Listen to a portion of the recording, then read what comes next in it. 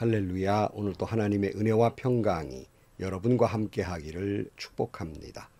오늘 또 본문 묵상의 말씀을 통해서 나에게 주시는 하나님의 말씀을 듣는 은혜로운 시간이 되시기를 주의 이름으로 간절히 축원합니다. 우리는 예수 십자가 안에서 새 사람 된 사람입니다. 하늘 백성이 됐습니다. 그럼에도 불구하고 우리는 죄악 많은 세상 속에 살아가야 할 존재들입니다. 우리는 이 죄악 많은 세상 속에 살면서도 하나님 나라 백성다운 신앙인다운 삶을 살아야 하는 것입니다. 가정에서도 사회생활 속에서도 신앙인다운 모습이 있어야 하는 것입니다. 우리는 우리의 삶 속에서 우리의 믿음이 증거되어야 하는 것이에요. 다시 말씀드리면 우리의 삶 속에서 예수님이 보여져야 하고 우리의 모든 인격 속에서 주님의 모습이 나타나야 합니다. 그래야 이를 통해서 하나님을 기쁘시게 하고 하나님께 영광을 돌리게 되는 것입니다. 그런 거로 오늘 또 교회 안이나 교회 밖에서나 신앙인다운 삶을 살아서 하나님께 영광을 돌리고 여러분의 모든 인격과 삶 속에서 주님은 당신을 사랑하신다고 삶으로 외치며 살아가는 복되고 은혜로운 하루가 되시기를 주님의 이름으로 간절히 축원합니다. 오늘 아침 하나님께서 우리에게 허락해 주신 말씀은 골로새서 4장 1절에서 9절 말씀입니다. 주인된 이 여러분 정당하고 공정하게 종들을 대우하십시오. 여러분도 하늘의 주인을 모시고 있다는 사실을 아시기 바랍니다. 기도에 힘을 쓰십시오. 감사하는 마음으로 기도하면서 깨어 있으십시오. 또 하나님께서 전도의 문을 우리에게 열어주셔서 우리가 그리스도의 비밀을 말할 수 있도록 우리를 위해서도 기도하여 주십시오. 나는 이 비밀을 전하는 일로 매여 있습니다. 그러니 내가 마땅히 해야 할 말로 이 비밀을 나타낼 수 있도록 기도해 주십시오. 외부 사람에게는 지혜롭게 대하고 기회를 선용하십시오. 여러분의 말은 소금으로 맛을 내어 언제나 은혜가 넘쳐야 합니다. 여러분은 각 사람에게 어떻게 대답해야 마땅한지를 알아야 합니다. 내 모든 사정은 두기고가 여러분에게 알려드릴 것입니다. 그는 주 안에서 사랑하는 형제요 신실한 일꾼이요 함께 종된 사람입니다.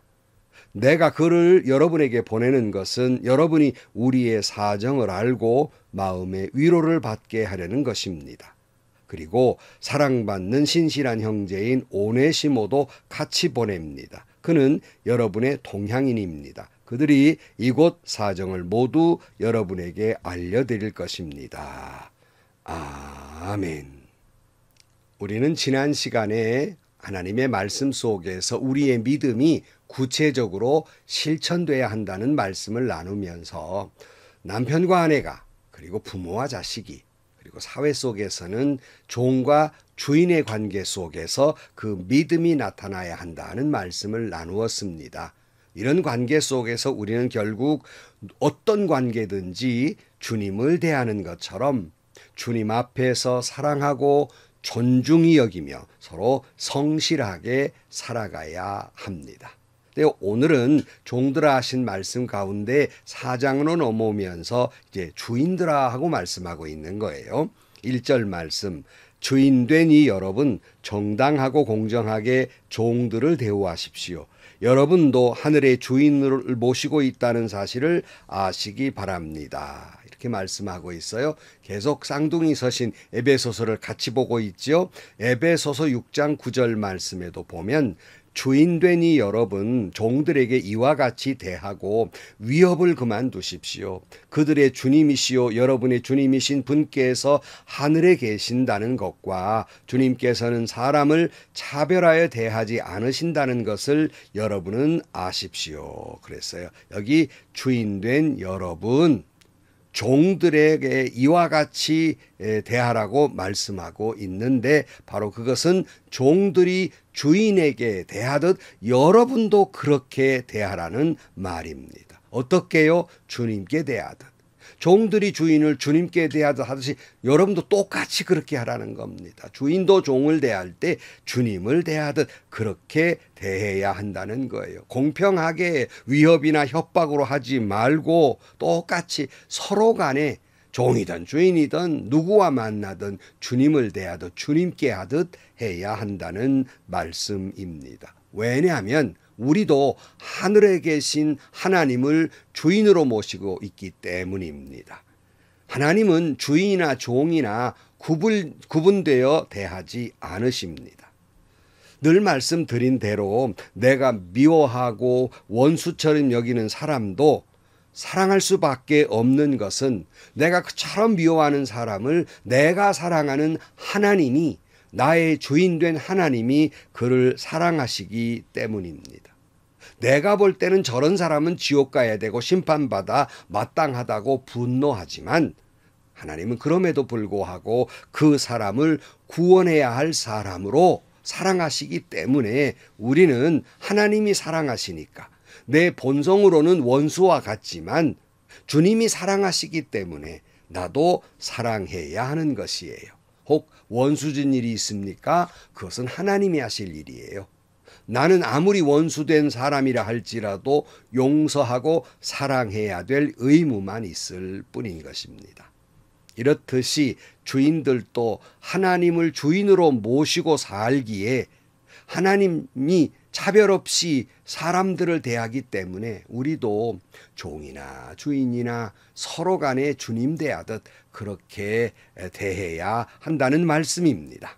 이를 위해서 2절 말씀, 기도에 힘을 쓰십시오. 감사하는 마음으로 기도하면서 깨어 있으십시오. 이렇게 말씀하고 있습니다. 이 말씀을 구체적으로 에베소서에 다음과 같이 말씀을 하고 있습니다. 에베소 6장 10절 말씀에 끝으로 말합니다. 여러분은 주님 안에서 그분의 힘찬 능력을 굳세게 되십시오. 악마의 관계에 맞설 수 있도록 하나님이 주시는 온몸을 덮는 갑옷을 입으십시오. 밑으로 18절 말씀, 온갖 기도와 간구로 언제나 성령 안에서 기도하십시오. 이것을 위하여 늘 깨어서 끝까지 참으면서 모든 성도를 위하여 간구하십시오. 이렇게 말씀해요. 사도 바울은 골로새서 이제 마지막 마무리를 지으면서 이렇게 골로새 교인들이 믿음에 굳게 서기 위해서는 기도하라는 거예요. 성령께 구하라는 겁니다. 감사함으로 깨어 있어 기도하라고 말씀합니다. 온갖 기도와 간구로 언제나 성령 안에서 기도해야 한다고 말씀합니다. 늘 깨어서 인내하면서 간구하라고 말씀하고 있습니다. 특별히 모든 성도를 위하여 간구하라고 에베소서에 말씀하고 있는 겁니다.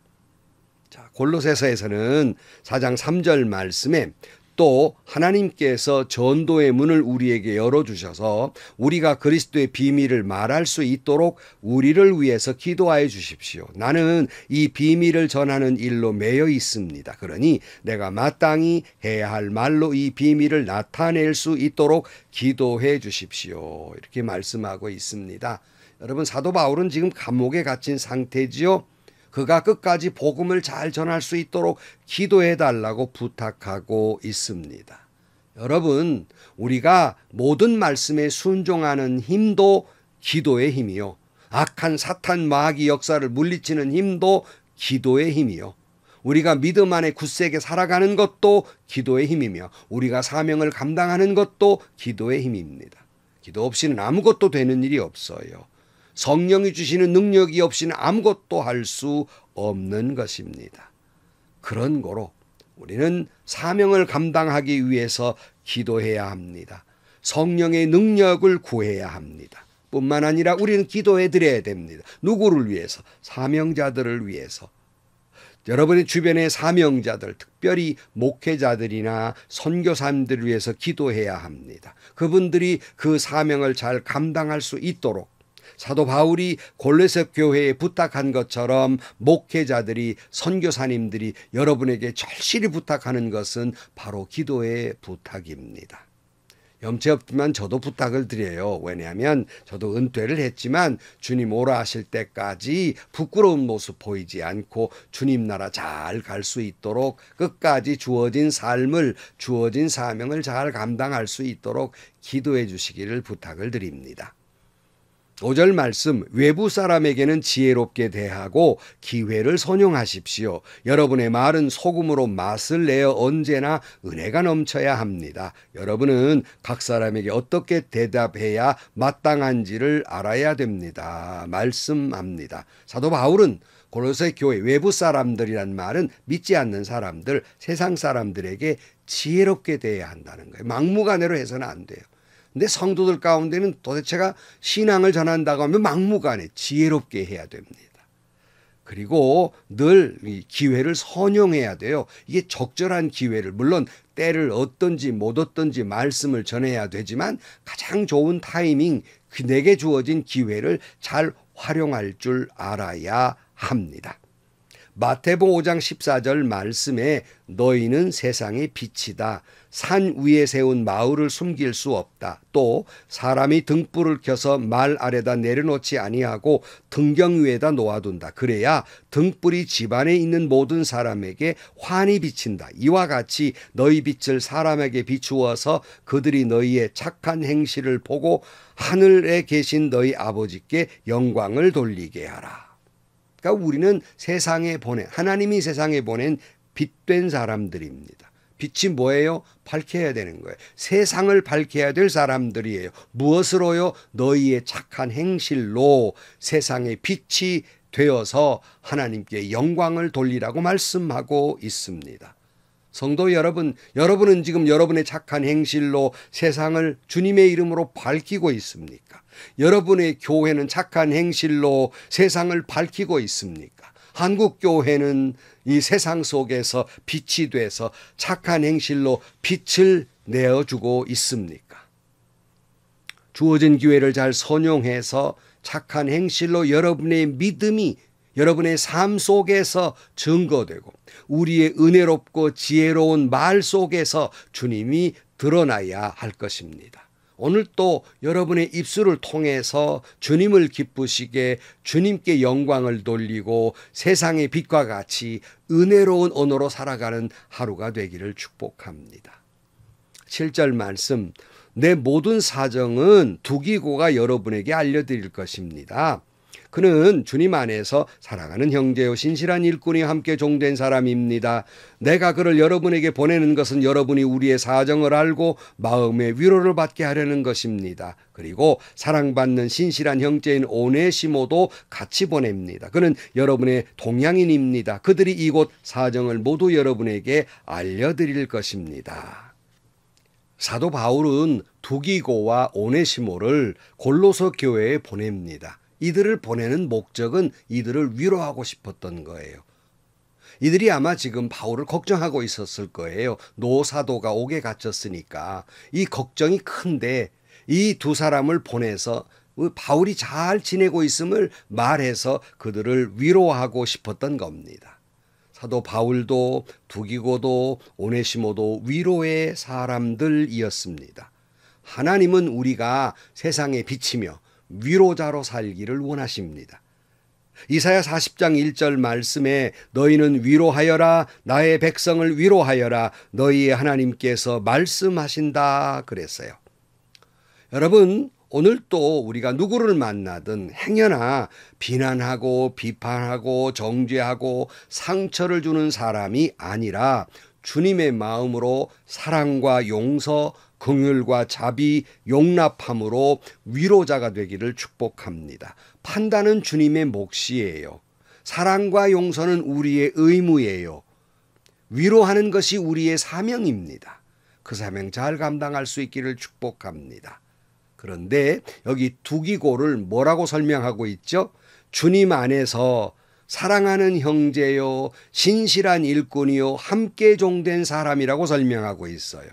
여러분도 두기고처럼 사랑하는 형제요, 주 안에서 신실한 일꾼이요, 함께 종된 사람이 되기를 축복합니다. 한국교회는 이 두기고와 같은 사람이 절실히 필요합니다. 여러분이 섬기는 교회는 이 두기고와 같은 사람이 절실히 필요합니다. 여러분이 섬기는 교회에 두기고와 같은 사람입니까? 성도 여러분, 주님 안에서 사랑하는 형제가 되시기를 축복합니다. 주님 안에서 신실한 일꾼이 되기를 축복합니다. 주님 안에서 주의 종된 사람이 되기를 축복합니다. 주님 안에서 위로하는 사람이 되기를 축복합니다. 오늘 또 여러분 누구를 만나든 처음으로 돌아가서 누구를 만나든 모든 사람을 주님 대하듯 주님께 하듯 하시기를 축복합니다. 또한 우리는 이 사명을 감당하기 위해서 기도의 사람이 되기를 축복합니다.